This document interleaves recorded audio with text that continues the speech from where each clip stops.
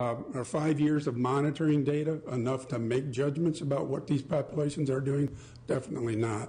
If you look at Prairie Creek, and if you can memorize the data or if you got it in your brain that Greg just presented for Lagunitas, in Prairie Creek, where I've been working with my students over the last 12 or 13 years, we saw a cycle where numbers came up from very low numbers in the late 1990s and now are declining again. And those other figures that I showed are analogous to the right hand of this right side of this figure, really, if we were to chop off those earlier years. So what can the legislature do? I think they can support restoration efforts, as has been mentioned by other speakers, particularly those things that eliminate barriers to open up more habitat for coho salmon, those things that conserve water for fish, not only coho salmon, but fish. And restoration efforts, as were addressed, that keep sediment out of streams so that pools don't get shallow and all those things. I think we need to consider supporting conservation hatcheries for limited streams like the Mattole, like the Shasta, and the Scott River down in south of San Francisco Bay. And these are different types of hatcheries than Peter referred to in his comments. And lastly, the legislature can support monitoring, as was also mentioned. Without monitoring, we don't know what these fish are doing, but monitoring moreover can tell you what kinds of restoration actions are successful and which are not, and help focus resources toward those things that are working. So with that, I'll close, and thank you very much.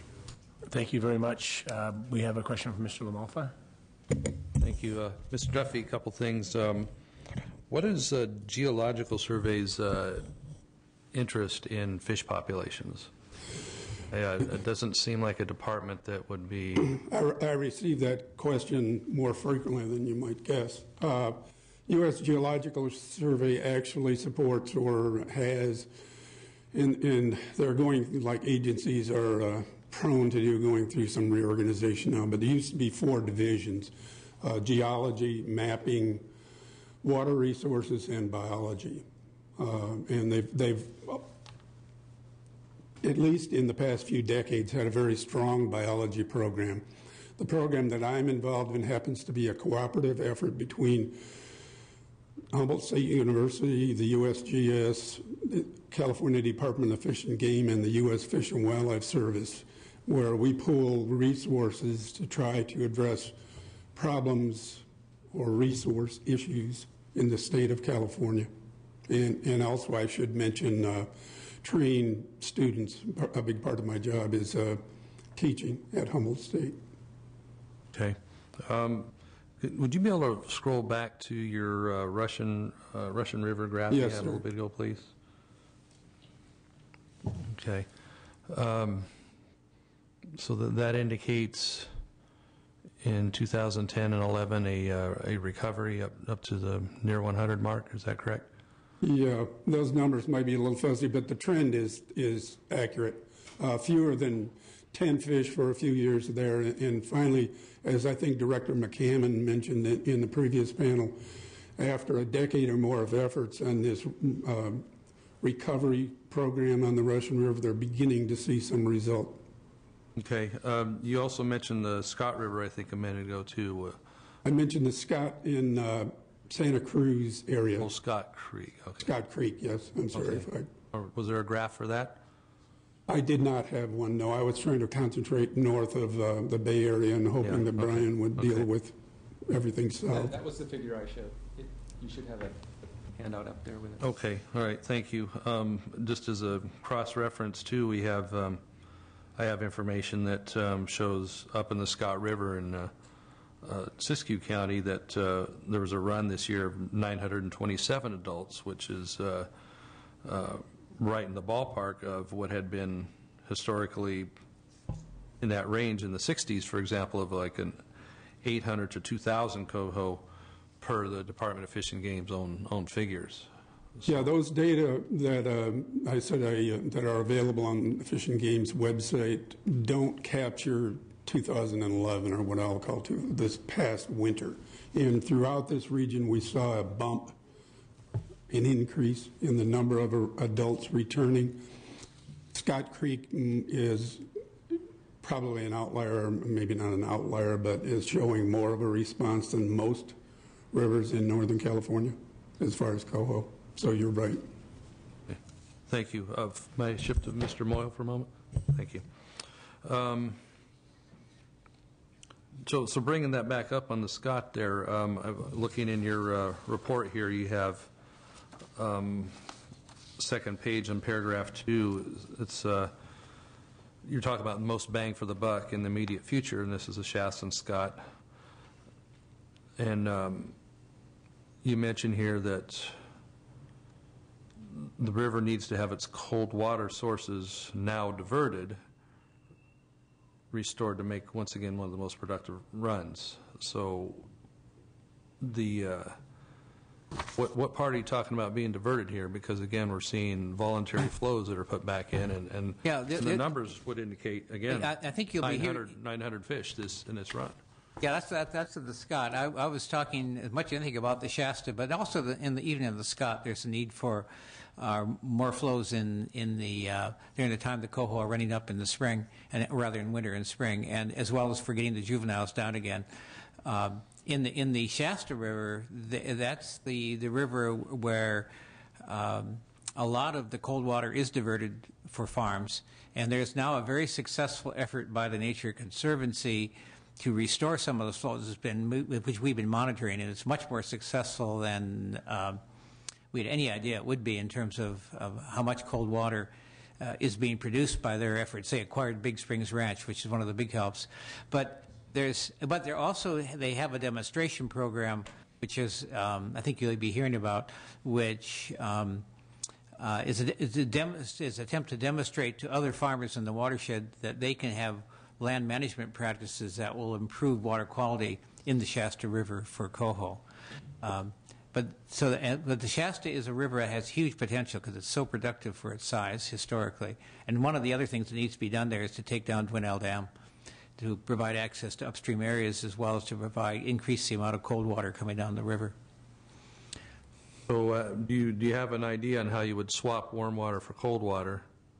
Well, in the case of, in this particular case, in the Shasta River, a lot of the warm water comes from flood irrigation of alfalfa and pasture, and there's excess water that comes off the land. It goes on the land, it's quite cold, it's heated up by going across the fields, then is dumped back into the river again.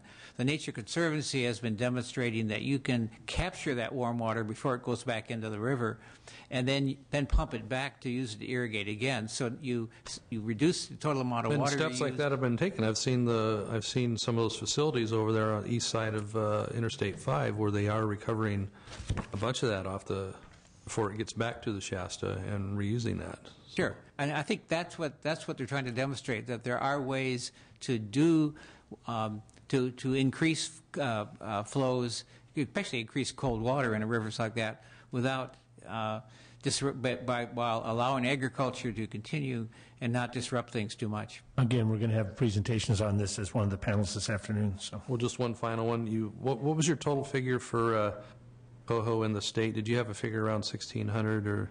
Well, the total figure is somewhere between 500 and 3,000. These numbers are very approximate. There's really insufficient monitoring going on in the state, but that's the number of adult Coho spawners that are coming back, and it's probably closer to 500 than 3,000.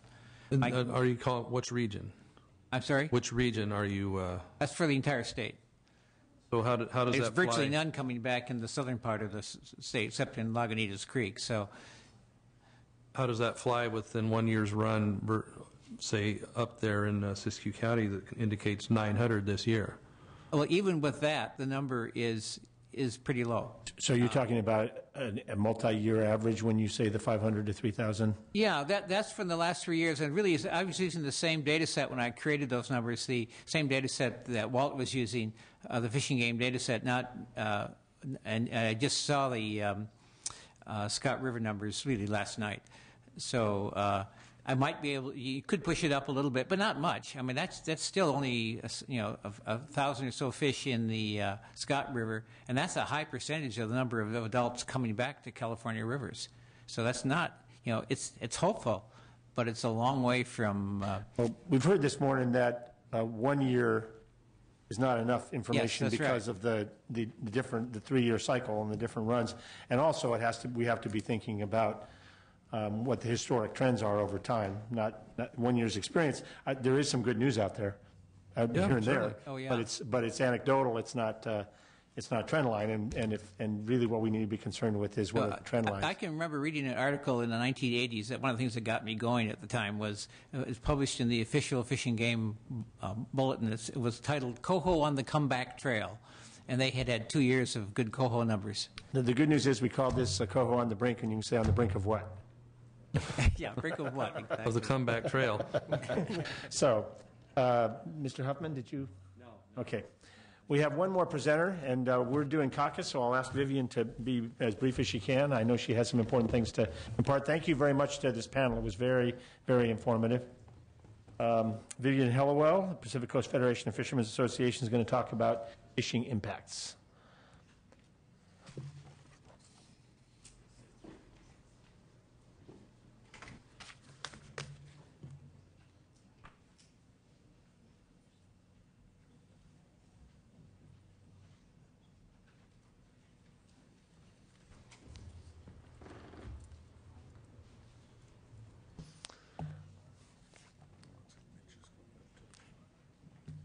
And it looks like she's going to be joined by Mitch Farrow.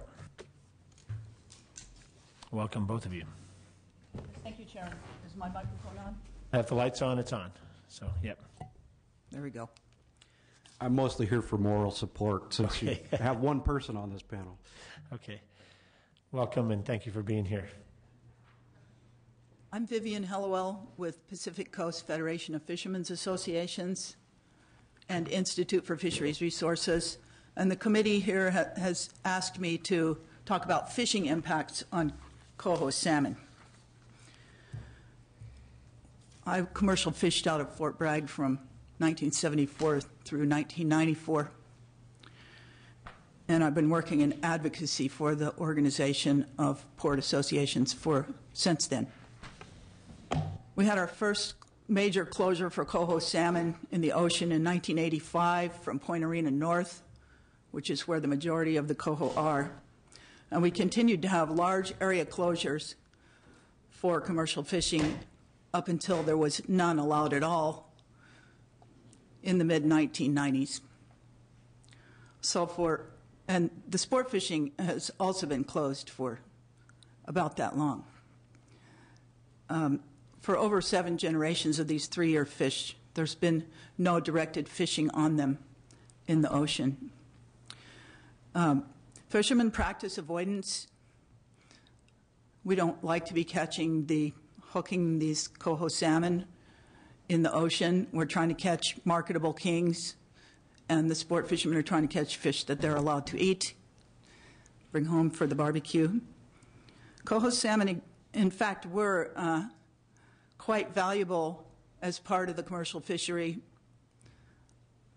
being about a third of our catch. Even though the price for them was low, we often sold whole coho salmon direct from the fishermen to the public for $3 a pound. And the closures on coho salmon act as a constraint on fishing for other commercial species in the ocean.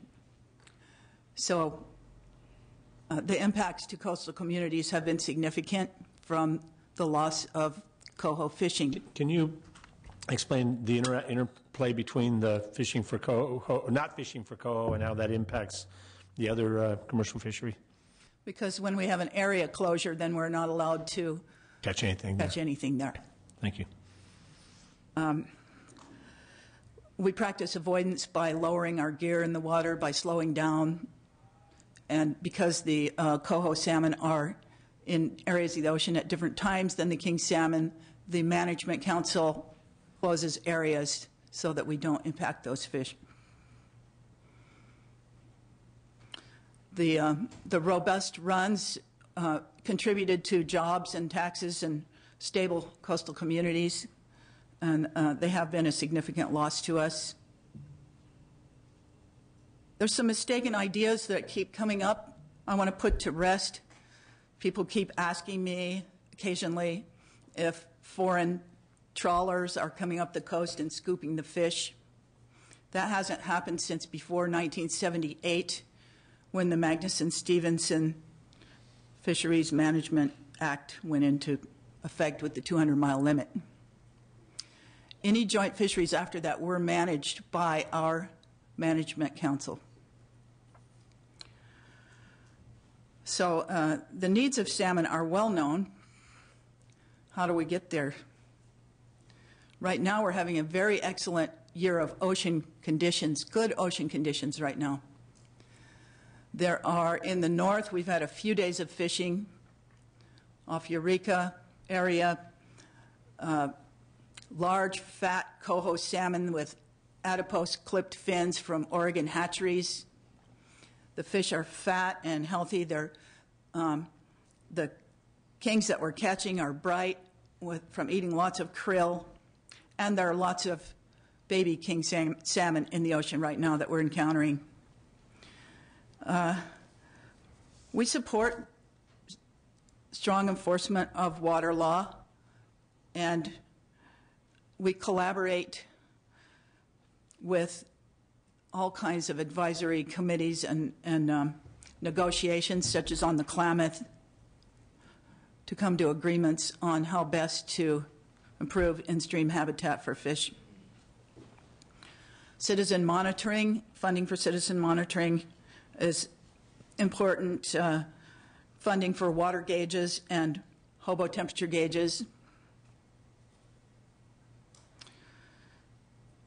The restoration efforts need to continue to keep the remaining old roads and sediment out of the streams, and barrier removal. And water flows at certain times of the year could be negotiated for when the fish are coming up and when they're going down. All the solutions that people have talked about so far, we support. So we're already not fishing on coho salmon. Do you have any questions? Any questions? Huffman? I think you covered it. You have. I guess my comment would be, we tend in the regulatory process to focus on the users first, the easiest folks to regulate, and I think this is clearly a case, and there are probably others around where we're focusing on the one end of the problem ineffectively because we've completely restricted the harvesting, eliminated the harvesting, and it has not resulted in recovery. Yes, Mr. Farrell. Yeah, just seeing Director McCannam's slides, and it showed the dates when there was the permanent closure for coho fisheries in the ocean. As Vivian said, I remember distinctly in 1985, the commercial fishery on coho was closed north of Point Arena, which north of Point Arena is part of the ocean where coho live. Along with during the 80s and 90s closures based on Klamath River stocks of the entire north coast for salmon fisheries. So we go back much further where the ocean fisheries were constrained severely or eliminated, and we haven't seen coho recover. The question raised earlier of not talking about ocean conditions do fluctuate. In the 80s we were having warm water trends, frequent El Niños, detrimental to salmon populations overall. We've been in a cold water oscillation here for about a decade now. Conditions have been much more favorable. The conditions out there right now are extremely favorable, and last month we're seeing 15-pound coho out in the ocean catch and release as they're trying to catch Chinook. So the ocean it's going to fluctuate, but there's not to have the misconception that the ocean's not hospitable to coho, because they are thriving out there right now. Unfortunately, nobody's really doing the monitoring. I've asked a few people that are sport fishing to try and keep track of whether they're adipose clip, which coho would make them a hatchery or not. And even people who are really good at it have a hard time to keep track of that. But it looks like most of the fish that are being seen off the north coast are hatchery fish from out of Oregon. but let that dispel the notion that the ocean isn't hospitable and very favorable for growing coho, because it's extremely so right now. Thank you. It's a good idea while the ocean is in good condition to get as many of the juveniles out there as we can, because that will shift after a while to less favorable ocean conditions. Also, the fishermen instituted barbless hooks, the use of barbless hooks to reduce any hooking mortality. And we're just doing what we can. We're doing our part by not fishing. We're doing our part by participating, negotiating, and trying to get restoration done. So we hope that we can get this turned around as soon as Well, thank you both very much for your, one more comment or question from Mr. Huffman. I just think you made a very important point, which is by virtue of these ocean conditions and for whatever reason, the fact that we've got a year class to work with, maybe a couple of year classes to work with, and we ought to see this as an opportunity. The ocean is making that available to us, and we have to put the other pieces in place and begin that upward swing. To me, the fact that there has been no commercial fishing for coho salmon for so long, the goal has to be not only to stop extinction, not only to recover to some biologically viable level, but also to recover to some level where we can put an end to that, where once again you can catch coho and not have to worry about whether you've got a Chinook or a coho on the line. So they're a very delicious fish. I saw some in the market. They were from Canada. They were bright red from eating lots of krill. They were $9 a pound, and people were snapping them up. First salmon I ever caught was a coho in Washington State, so I'd Really love to see us get back on the to barbecue. I think Mr. Roth had an additional comment.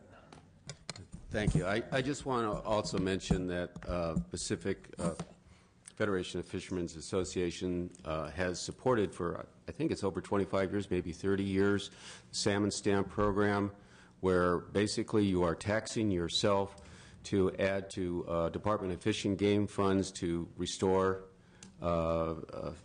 fish habitat and some of the productive hatcheries.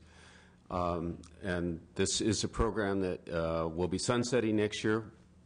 My plug is SB 470 is the bill that's coming up. It's going to need a 2/3 vote to pass, unfortunately. But I really want to thank the fishermen for doing this for so long of a time. It really shows their commitment to the long-term health of the fishery. Yes, thank you for reminding me about that. However, the fleet has been reduced by 90%, so that self-taxing is based on our landings, which are way down because of constraints to protect fish. So thank you very much. Thank you, Mr. Roth, and thank you both very much. Oh, Mitch, one more comment from Mitch. And your request for suggestions as to how to make things better, and I guess I'll share a concern as we're watching these fish go extinct from south to north, and triage, we're focusing on where we still have viable populations and protecting and restoring from those. I'm afraid we're going to reinvent the wheel here again and go throw a lot of money at the very last vestige of fish somewhere and watch them go extinct anyways, and not be working to protect and build from our healthy stocks. And so I think in the very sound principle of conservation biology sometimes gets lost in jurisdictional needs of agencies than the kind of taffy pull of politics that happen within agencies. But I think we need to stay the course of working where we have viable populations. Okay, thank you for reinforcing that point. Thank you, Mitch and Vivian, very much for your contribution. We're going to break until 1:30, and the committee will start up again at that time. Thank you all.